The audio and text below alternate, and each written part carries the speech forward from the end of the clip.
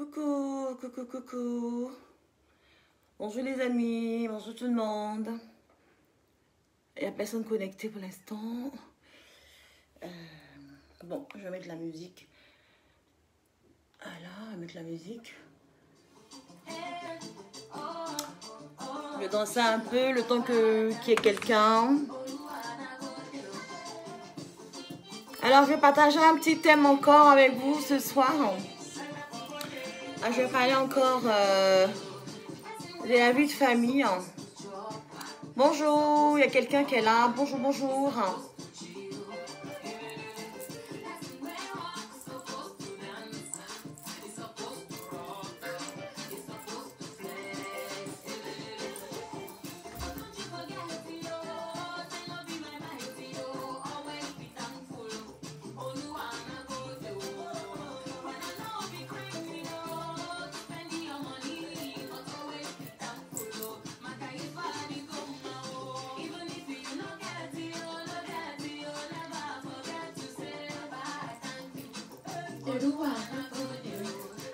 Alors, j'ai un thème à partager avec vous. Je vais vous parler en fait des familles recomposées aujourd'hui. Je vais vous parler de la famille recomposée. Comment, quelle attitude avoir quand on est en famille recomposée. En tant que parent, quel comportement avoir quand on est dans une famille recomposée. Voilà. Je vois qu'il y a des personnes, il y a une personne, il y a deux personnes. Alors en fait... j'attends qu'il y ait quand même un peu de personnes connectées pour commencer. Mais bon, s'il n'y a personne qui est connecté, je vais quand même commencer ma petite vidéo. Et puis après, quand vous allez vous connecter, vous pourrez me prendre en route ou regarder en replay.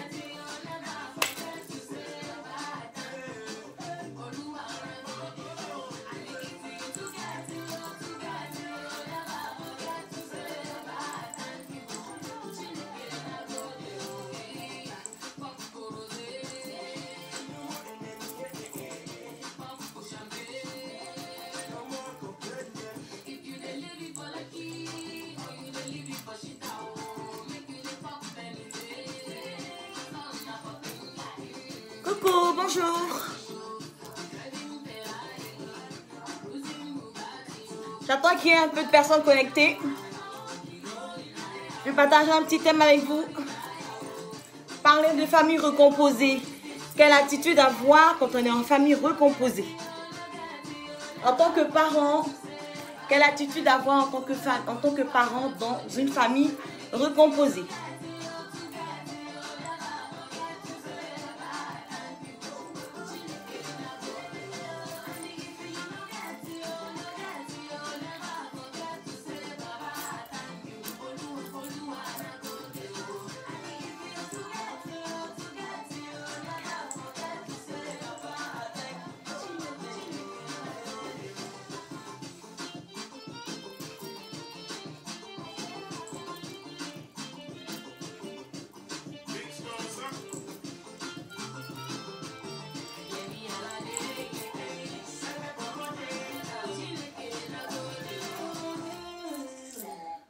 Voilà, alors je vais commencer mon thème, ne quittez pas. Je vais arrêter la musique. Voilà. Hop. Voilà. Alors. On va avancer un petit peu. Coucou, bonjour. Alors, je vois qu'il y a 3 personnes. Ok, bon, on va commencer. Alors, en fait, je vais vous parler aujourd'hui, en fait, des familles recomposées. Des familles recomposées. Je vais me représenter encore, pour ceux qui ne me connaissent pas. Je suis donc la Chante Floronda. En fait, je partage mon expérience de vie de couple et de vie chrétienne. Alors, aujourd'hui, je vais vous parler des familles recomposées. Quelle attitude avoir quand on est parent dans une famille recomposée? Vous savez... aujourd'hui, la société fait que nous avons beaucoup d'enfants qui vivent avec des parents divorcés. La majorité des enfants, quand on fait une statistique dans les écoles, vous allez voir que la majorité des enfants sont avec des parents divorcés. Alors, toi qui es parent comme moi, qui est dans une famille recomposée, il faille vraiment que tu puisses savoir que l'autorité du père, l'autorité du père et de la mère sont très importantes. Mais le plus important, c'est vraiment l'autorité du père. Alors, vous allez me dire qu'une femme peut lever seule son enfant. Je n'en dis ce qu'on vient pas. Mais sachez une chose, c'est que quand le père ne présente pas de danger pour l'enfant, ou quand le père n'est pas, en guillemets, décédé, je veux dire, il faille quand même que nous, les femmes, nous puissions, en guillemets, chercher à laisser le père avoir une autorité aussi sur l'enfant. Ok, je vais m'expliquer. Alors, en fait, je donne un exemple. Il peut avoir, vous pouvez vous trouver dans une famille où c'est madame qui a le mot de garde et le papa a le droit de visite. Alors, ce qui se passe aujourd'hui, c'est que la société fait que, en fait, les femmes sont tellement l'émancipation de la femme, ok, d'accord, il n'y a pas de souci, mais qui fait en sorte que les femmes ont tendance à en fait négliger le côté, l'autorité du papa, voilà, l'autorité du père. Une femme peut élever seule son enfant, je ne connais pas, mais l'autorité du père est très importante dans la vie de l'enfant. Nous faisons souvent une erreur, c'est qu'on se dit, quand c'est nous qui avons la garde de nos enfants, on dit non, j'ai la garde de mon enfant, donc voilà. Puisque le papa ne verse pas de pension alimentaire, il ne va pas le voir. C'est même pas possible qu'il le voie. Mais en fait, c'est très très grave en fait. Faisons attention. Parce que, chose que vous ne savez pas, même si le papa ne verse pas de pension alimentaire, toi, la femme, tu dois en fait arranger quand même pour que le père, en fait, puisse, en fait, avoir une autorité sur son enfant. Vous savez, c'est vrai qu'on a besoin quand même que le père puisse s'occuper de l'enfant financièrement. Je suis d'accord avec vous. On est complètement d'accord pour ça. Mais c'est toi, la femme, en fait, toi, la maman, qui devrait te dire, qui devrait savoir que pour l'amour de ton enfant, il faille quand même que l'enfant ait l'autorité du père aussi. L'autorité des deux parents sont très importantes. Mais le père, vous savez, un homme, l'autorité d'un homme dans la vie d'un enfant, d'un père dans la vie d'un enfant est très importante. Nous, les femmes seules, les femmes en guillemets qui élèvent seuls leurs enfants, ont cette capacité-là, hein, franchement, d'élever leurs enfants, d'éduquer leurs enfants. Ça, c'est clair, je n'en connais pas. Mais quand le papa est présent dans la vie de l'enfant, quand le papa exerce son autorité sur l'enfant, c'est un bien vraiment pour l'enfant. C'est bienveillant pour l'enfant et pour la société, pour la vie d'aujourd'hui, pour les valeurs de la vie d'aujourd'hui. C'est important que l'autorité du père agisse sur l'enfant. Je vais m'expliquer encore une fois pour être encore plus explicite, pour être plus clair, plus explicite. Vous savez, je le dis parce que je suis passée par là. Je partage mon expérience, comme je vous le dis. Il y avait un moment où, en fait, mes enfants de mon premier mariage, ils commençaient à grandir.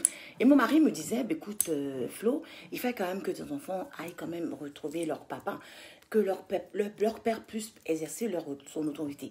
En fait, je ne voulais pas, je n'entendais pas, en fait. Je ne l'entendais pas, en fait. Moi, je pensais à moi. Je me disais, bah non, ce sont mes enfants, j'ai la garde des enfants. Pourquoi veux-tu m'enlever cette charge-là, en fait? Mais là, n'était pas le problème, je ne l'entendais pas en fait. En fait, il me faisait comprendre que je ne suis pas leur père biologique. Hein. Je ne suis pas leur père biologique. Et c'est du devoir de leur père biologique, le devoir de leur père biologique d'exercer son autorité sur ses enfants. Mais je ne l'entendais pas en fait. Parce que ce que vous ne savez pas, c'est qu'en refusant cela en fait, vous faites du mal à votre enfant en fait. Et demain, nos enfants vont nous en vouloir après, plus tard, en nous disant, mais c'est toi qui n'as pas voulu que papa puisse nous voir. C'est toi qui ne voulais pas que papa puisse nous s'occuper de nous aussi quand il en avait besoin. Mais l'erreur que nous commettons, nous les femmes, c'est que aujourd'hui, quand l'homme ne verse pas de pension alimentaire, puisqu'il ne verse pas de pension alimentaire, je ne peux pas le faire voir. Mais non, les enfants n'ont pas demandé à venir au monde. Le fait que vous vous séparez n'a rien à voir avec les enfants. Femme, tu t'es séparée de ton homme, tu as divorcé de ton homme. L'enfant n'a rien à voir avec votre séparation. Il faut que tu continues à laisser le père exercer son autorité sur son enfant. S'il n'est pas un danger pour l'enfant, s'il n'est pas décédé, ok, tu le fais toute seule. S'il n'est pas un danger pour l'enfant, il n'y a pas de problème. C'est ok. Mais si le père elle se porte très bien, si le père peut s'occuper, peut exercer son autorité sur l'enfant, n'empêche pas cela parce qu'il ne verse pas de pension alimentaire. La pension alimentaire qu'il ne verse pas, ça c'est entre vous en fait. Mais ne mettez pas les enfants au milieu en fait. Vous allez me dire que je suis un peu difficile, je suis un peu dure, j'exagère un petit peu, mais c'est important. Il ne verse pas de pension alimentaire, c'est pas grave. Tu peux le menacer comme tu veux, mais ne fais pas jouer là, ne mettez pas les enfants au milieu en fait. Laissez vos enfants aller voir leur père. Laissez les pères exercer leur autorité sur leurs enfants. C'est très important. C'est très, très important. Demain, ces enfants-là vont vous en vouloir et vous diront, tu ne voulais pas que papa nous voie. Tu as empêché que notre père puisse nous voir, en fait. Donc, ce que je veux faire comprendre, c'est que l'émancipation de la femme a fait aujourd'hui que nous, les femmes, nous avons perdu les valeurs de la famille, en fait. Vous savez, avant, au temps jadis, nos parents ne divorçaient pas comme on divorce aujourd'hui. Et nous avons tous eu les valeurs de la famille. C'est-à-dire nous avons grandi avec papa et maman. Mais aujourd'hui, la société fait qu'il y a tellement de divorces, il y a tellement de familles recomposées que nos enfants, en demeure, sont un petit peu perdus parce qu'ils n'ont pas, en fait, les deux autorités, en fait. La mère est porteuse, la mère enfante, la mère donne les soins à l'enfant. Mais l'autorité, logiquement, la mère peut avoir une autorité sur l'enfant, mais l'autorité la plus importante, c'est l'autorité du père. Quand on dit que l'homme est le chef de la maison, c'est pas seulement parce qu'il est, c'est pas seulement pour la maison, mais c'est pour tout en fait. Quand nous nous marions, nous portons le nom de nos maris. Quand nous faisons un enfant, l'enfant porte le nom de nos maris. On a ce jargon qui dit souvent que l'homme est le chef de la maison. Mais quand l'homme est le chef de la maison, l'homme aussi, l'autorité de l'homme aussi est très importante dans la vie de l'enfant. Surtout les garçons. Un garçon qui rentre dans l'adolescence a besoin d'une autorité masculine dans sa vie. A besoin d'une autorité masculine dans sa vie. Les femmes qui vivent seules, les femmes qui élèvent seules leurs enfants vous diront, elles savent de quoi je parle, c'est très difficile d'élever un enfant seul. C'est très, très difficile d'élever un enfant seul. Alors, quand on est divorcé, que le père est insistant, que le père n'est pas un danger pour l'enfant, que le père n'est pas, entre guillemets, décidé, ou que le père n'a pas un souci, que le père n'est pas, voilà, qu'il n'y a pas, il n'y a pas une ordonnance, il n'y a pas une décision juridique qui interdit l'enfant, le père de voir l'enfant. Mais femme, tu dois t'arranger pour que ton enfant puisse voir son père. Même si le père ne veut pas voir son enfant, c'est ton devoir de femme. C'est ton devoir de femme de faire cette démarche-là, supplier sur le faux le père pour qu'il exerce son autorité sur l'enfant que vous avez mis au monde. C'est très important l'autorité d'un homme dans la vie d'un enfant. C'est très important l'autorité d'un père dans la vie d'un enfant. C'est comme ça qu'il aura les valeurs de la vie. Les valeurs de la vie familiale. Le monde est tellement mal aujourd'hui qu'un enfant a besoin des deux autorités. Quand on ne peut pas, que c'est impossible, ok, la mère exerce l'autorité. Ou quand les deux parents n'existent plus, les grands-parents exercent leur autorité. Mais quand les deux parents sont existants, s'il vous plaît, mes chéris, ne vous basez pas sur le fait que le père ne verse pas le papa ou le père ne verse pas de pension alimentaire. Ne vous focalisez pas là-dessus et n'empêchez pas vos enfants de voir leur père. N'empêchez pas les pères d'exercer leur autorité sur leurs enfants. C'est à vous, au contraire, de stimuler, de motiver les pères à venir, à exercer leur autorité sur leurs enfants. Les biens matériels, ça part, ça vient. Ça part, ça vient. Aujourd'hui, la société fait que, surtout en Europe, quand on fait un enfant, on a des allocations, on a des aides. Une femme seule qui élève son enfant franchement, n'est pas vraiment sans revenu. C'est pas possible. Surtout en Europe, surtout en France. Une femme seule, franchement, qui élève son enfant n'est pas sans revenu. Elle a des aides de la CAF, elle a des aides de par-ci et par-là. Alors, s'il vous plaît, mesdames, je vous en prie, ne vous focalisez pas sur la pension alimentaire pour empêcher l'autorité des pères dans la vie de vos enfants. S'il vous plaît. C'est très important l'autorité du père dans la vie d'un enfant. Un enfant a besoin de l'autorité du père. Un enfant a besoin d'autorité du père. Vous savez, je suivais une émission une fois à la télévision et dans une famille, les enfants étaient catastrophes, vraiment, c'était compliqué pour la main, elle n'en pouvait plus. Et le père est rentré. Vous savez, le ton du père, le ton du papa, c'est-à-dire la voix du père déjà quand il a haussé la voix. Mais les enfants se sont calmés en fait. Les enfants se sont calmés. D'où l'importance du père dans une vie de famille. D'où l'importance du papa dans la vie de famille. Le père est très important. L'autorité du père est très importante. Et en plus, ce qui est grave pour nous les chrétiens, moi je suis chrétienne. Pour toi qui m'écoutes qui est chrétien, c'est biblique en fait. L'autorité du père est très importante. Vous savez, même souvent, quand on demande une femme en mariage, quand on veut une femme dans sa vie, qu'est-ce qu'on fait? On ne va pas voir la mère. On cherche à croiser le père. On cherche à croiser les parents et surtout l'accord du père, l'accord du papa. D'où l'importance d'un père dans une vie de famille. Malheureusement, au jour d'aujourd'hui, nous avons tellement de papas qui font n'importe quoi que leur autorité est bafouée. Pourquoi? Pourquoi l'autorité du papa est souvent bafouée dans la vie de famille? Parce que les pères font n'importe quoi, les pères font des bêtises. Il y a beaucoup de pères, de papas quand même, qui ont, entre guillemets, qui font des erreurs, comme des femmes qui font des erreurs. Ne nous focalisons pas seulement sur les hommes font des erreurs, mais les femmes aussi font des erreurs. Nous, les femmes, on fait plus même d'erreurs que les hommes. Mais le problème, c'est que nous, on les cache, en fait. Nous sommes tellement fortes qu'on les cache, en fait. On les dissimule. On a nos jardins secrets. On ne monte pas. Mais les femmes sont plus dangereuses même que les hommes. Le problème avec les hommes, c'est que les hommes, quand ils le font, ils ne savent pas le faire. Ils le font et puis voilà, ça s'éclate, en fait. Donc, arrêtons de dire les hommes. L'homme, c'est des êtres humains comme nous, en fait. Un homme peut faire des erreurs. Alors, ne restez pas à dire que oui, l'homme est ceci, l'homme est machin, il n'exerce pas son autorité. Mais toi qui es la femme, tu dois conseiller l'homme. C'est à toi de dire au père de ton enfant, exerce ton autorité sur l'enfant.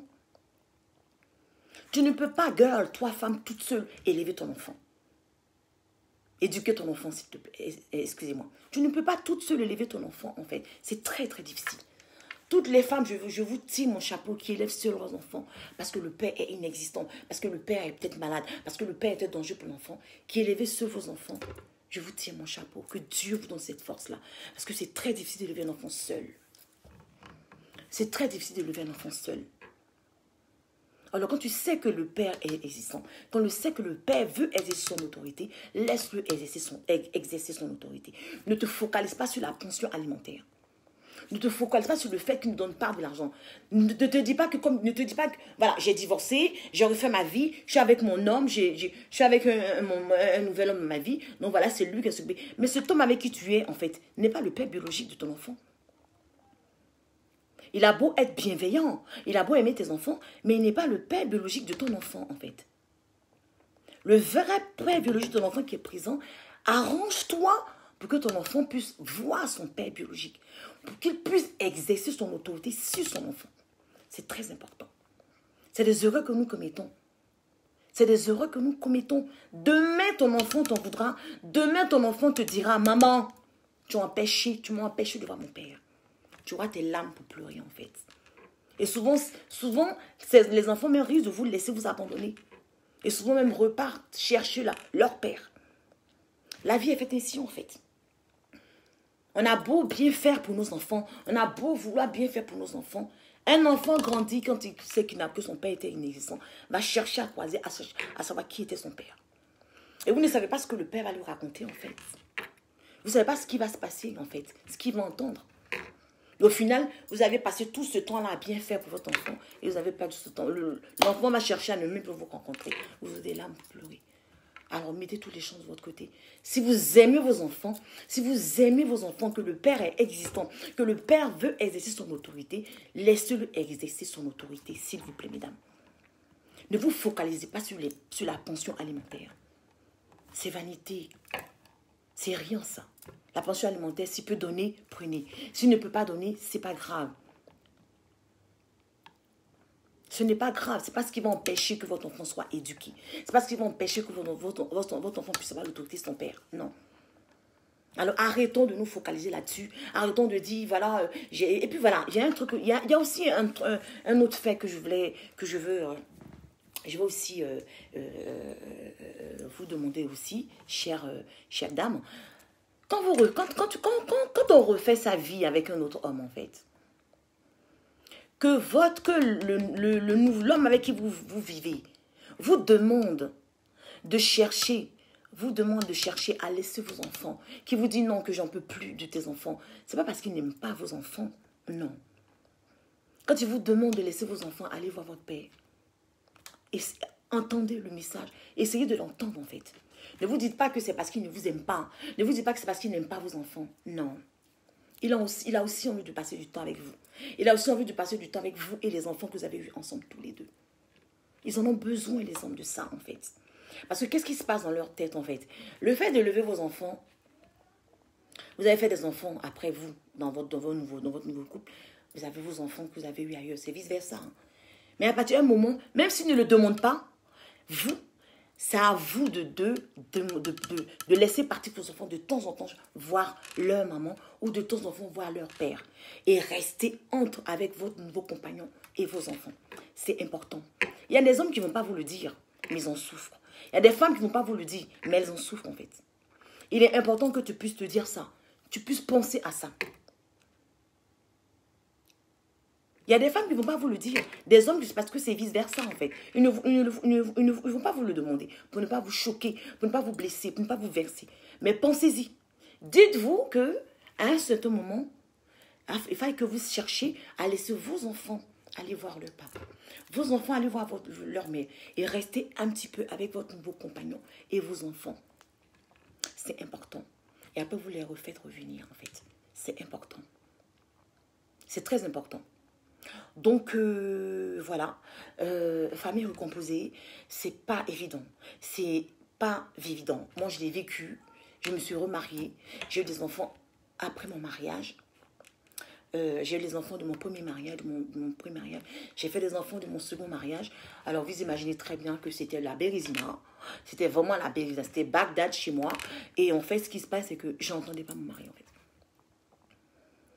Et je remercie le ciel parce qu'aujourd'hui, il a pu faire la paix avec eux, en fait. Aujourd'hui, les enfants, entre guillemets, mais les enfants de mon premier mariage ont pu repartir chez leur père.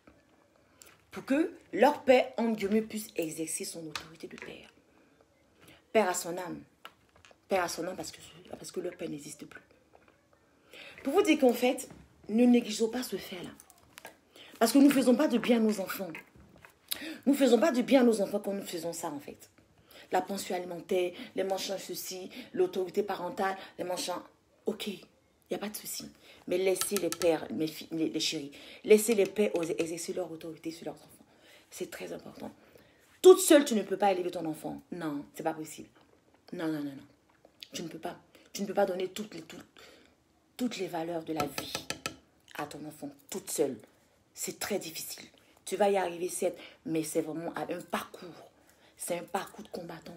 C'est des soirs où tu pleures. C'est des nuits où tu pleures. C'est des nuits de souffrance. C'est des nuits de souffrance. C'est très, très dur. Alors, quand le père est à côté, il faut souvent te soulager. Il faut souvent te soulager un peu. Tu le donnes, laisse un peu le père exercer son autorité. Et ça va même toi-même te faire du bien, en fait. Ça va te soulager un petit peu. Et même l'enfant va se retrouver. De savoir qu'il est un peu avec maman, il est un peu avec papa, il est un peu avec maman. L'enfant ne souffrira pas de votre séparation. L'enfant ne souffrira pas de votre divorce. C'est important. Mais quand un enfant est séparé, de son père et de sa mère, quand un enfant vit dans une famille recomposée, quand un enfant vit dans une famille divorcée, la souffrance de l'enfant est dure, est difficile. Quand il n'a pas les deux parents. Mais quand il a les deux parents, quand il a un petit peu maman, il a un petit peu papa, il a un petit peu maman, un petit peu papa de temps en temps, l'enfant essaie de se construire quand même un petit peu. Il essaie un peu de se construire un peu. Il essaie un peu d'avoir les valeurs de la famille en fait. C'est très important. C'est très très important. Très important. Donc voilà ce que je voulais partager avec vous. Famille recomposée, c'est pas chose facile. Je ne conseille pas Je ne le conseille pas vraiment. Je ne te conseille pas à toi qui n'es pas encore en couple. Je ne te conseille pas à toi qui n'es pas encore marié. Cette vie de famille recomposée. C'est très difficile, les familles recomposées. Très difficile. Je vais donc vous laisser. Je reviens vers vous pour vous parler encore de la famille recomposée. Comment parler aux enfants, comment donner des conseils aux enfants, comment éduquer un enfant dans une famille recomposée, qu'est-ce qu'il faut faire et ne pas faire, qu'est-ce qu'il faut dire à un enfant qui est dans une famille recomposée, comment s'attendre avec son conjoint, comment l'enfant peut quel genre d'attitude avoir, quel genre de communication avoir avec son nouveau compagnon, sa nouvelle compagne en présence de l'enfant, qu'est-ce qu'il faut dire et ne pas faire, qu'est-ce qu'il faut faire et ne pas dire. Je ferai une vidéo là-dessus pour vous donner plus de détails. Parce que je l'ai vécu et j'ai pu réussir en guillemets grâce au Seigneur. Donc voilà, je vous fais de gros bisous. Je chante Floranda. Je partage mon espérance de vie de couple. Je partage mon espérance de vie chrétienne. Je partage mon espérance de femme. Parce que je suis une femme quand même j'ai 5 enfants. Et j'ai les 5 enfants de tout âge en fait. Donc je suis passée par beaucoup d'épreuves. Donc voilà, pour ceux qui viennent vers moi en inbox, me demander souvent de parler de certains sujets en ligne. Mais écoutez, j'attends vos thèmes, j'attends vos sujets et je les mettrai en ligne pour pourquoi pas qu'on puisse débattre ensemble. Voilà, je vous fais de gros bisous. Bonjour pour ceux qui sont restés là à me suivre. Je vous embrasse très fort. Joyeuses fêtes et puis je vous verrai un autre jour pour un autre direct. Bisous. Bye.